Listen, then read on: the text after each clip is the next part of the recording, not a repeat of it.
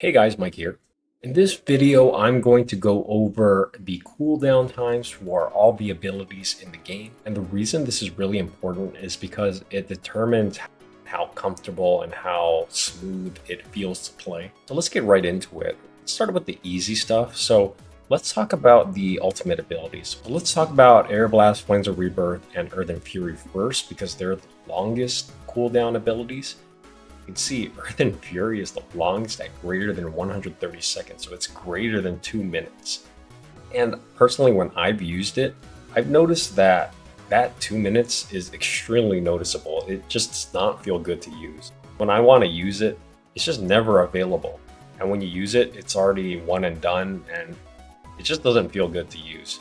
So that's the first tip I can give is for abilities that you like, but the cooldown just doesn't feel that good. Obviously, you should invest in the cooldown reduction accessories to make it more tolerable, not just for the ultimate abilities, but also for the abilities, the basic abilities as well, which I'll go over. I find that Judgment Bolt feels really nice at 90 seconds, so a minute and a half cooldown.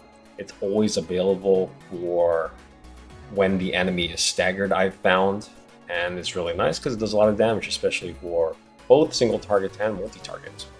Diamond Dust at 75-second cooldown is also really nice too, because you can pretty much guarantee it's going to be up for every time the boss enemy is staggered. That's really good because Diamond Dust does the most wheel damage in the game for a single burst attack. So you can get that 1.5 multiplier upon stagger pretty much instantly. Giga Flare being 60 seconds is really nice because, again, it goes back to the idea of being available and online for when the enemy is staggered. So at 60 seconds, you can pretty much guarantee Giga Flare is going to be available for when the enemy is staggered, and that's nice again because that Giga Flare does a ton of damage. The next thing I wanted to talk about are the de facto turret abilities in the game. So I thought this was really interesting. So Satellite and Lightning Rod here, they both have a cooldown of 55 seconds here, which is the longest cooldown in the game for basic ability. Now, this brings me to my first point when you're trying to make a smooth and reliable loadout, is that you don't want to load too many abilities with long cooldowns in your build. So obviously, let's take the extreme example. You're not going to load Aerial Blast, Flames of Rebirth, and Earth and Fury all in the same build because one, they're redundant. The three of these are all AoE effects. The fact that they have such long cooldown and they're taking up all your slots in your loadout means that you're going to have a lot of downtime when it comes to icon abilities, right? Because if you use them all off of cooldown, now all of them, you have to wait pretty much 2 minutes for all of them to come back online. And in the meantime, you're going to be like, what am I doing? Maybe just swiping with my sword and doing magic burst. That's all you can really do if you're going to load these three ultimate abilities. So that idea extends to Satellite and Lightning Rod. So this is a good example because I actually tried running a loadout with both Satellite and Lightning Rod in it, and it just didn't feel good to play. Because anytime Satellite and Lightning Rod I used it, and then they were done being used, since they were both on cooldown, I was like, when's my next Satellite and Lightning Rod coming back on? Come on, I need my Lightning Rod and Satellite back up, but they just were still on cooldown. So again, it just did not make the loadout fun to play or enjoyable to play or smooth to play. So my recommendation is that if you want to pick one of these turret abilities, probably only just use one at first. And then obviously you can do whatever you want. If you want to run both, but I can tell you right now from first-hand experience, it just doesn't feel good to run both of them in the same loadout. All right, let's go to the top here and look at some of the abilities on top. We have Mesmerize, Rift Slip, Ice Age of Rhyme. So what I like to think of these short cooldown abilities are as the sub 20-second cooldown abilities. And the whole idea with these abilities is that because they have such a short cooldown, it always feels like they're always online and they're always ready to be used, and it's just so nice to always have at least one ability that's ready for a large majority of combat. So you can see Mesmerize, Ice Age, and Rhyme, the three Shiva skills, are extremely low cooldown, with Mesmerize being the lowest at 12 seconds. And this Mesmerize is actually one of my favorite skills just because it has such a low cooldown. But it's not just a low cooldown with Mesmerize. Mesmerize has a lot of uses to it. It's good for multi-target because it shoots 6 shards out in a circular formation. You can use it in the air as well.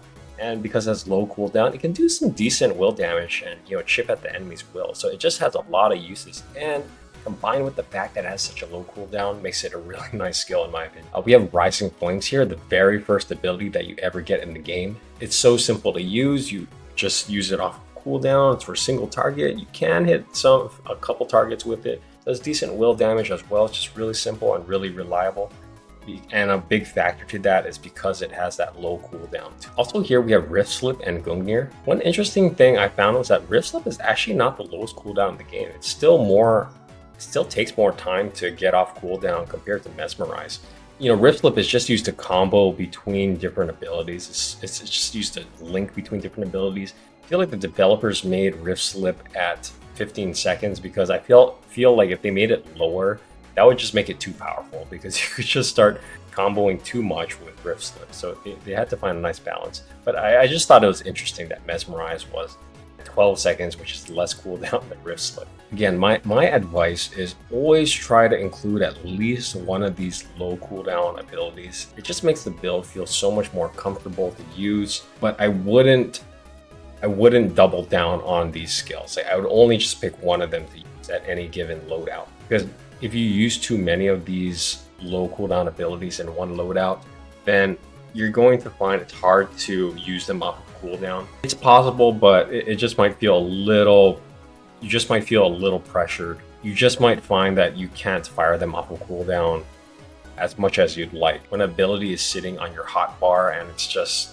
waiting to be used, you're not getting that much value out of it if you're not using it because you don't have time to use it. The next group of abilities are what I like to call the greater than 20-second abilities. And what you'll find with this category of abilities is that because they are greater than 20 seconds, they're obviously not going to be available as often as the sub 20 ability.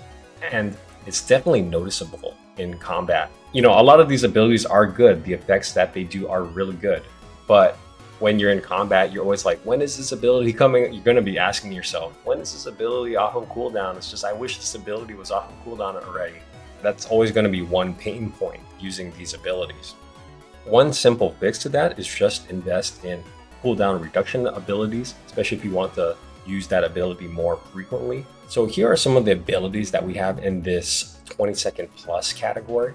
We have Ignition, Heaven's Cloud, Impulse, Rook's Gambit, Heat Wave, Flare Breath, Thunderstorm, Wicked Wheel, Wind Up, Gouge, Scarlet Cyclone, Raging Fists, Upheaval, Will of Wisps, Pile Drive.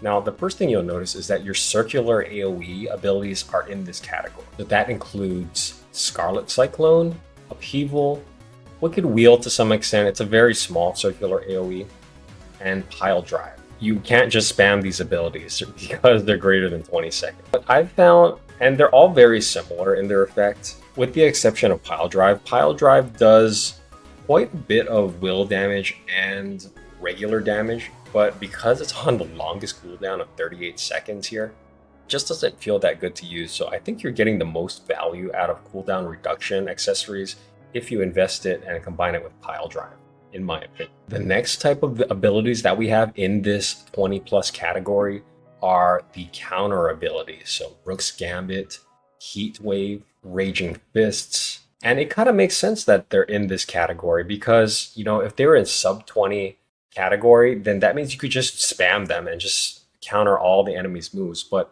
the developers obviously didn't want you to spam these very powerful counter abilities that often.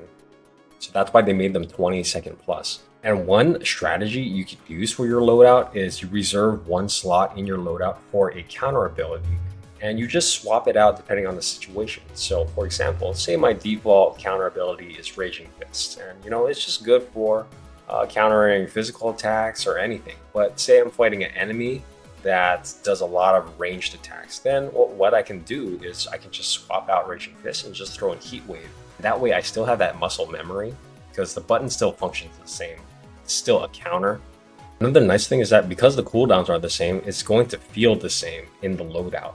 The function is the same and the cooldown time is the same. Another type of skill that we have in this 20 plus category are the long execution skills. So Heaven's Cloud is a long execution. Flare Breath is a long execution skill. Thunderstorm is a long execution skill, and Gouge is a long execution skill. So one strategy you can use with long execution, and by long execution skill, I mean it just takes a long time to actually fully do the whole skill.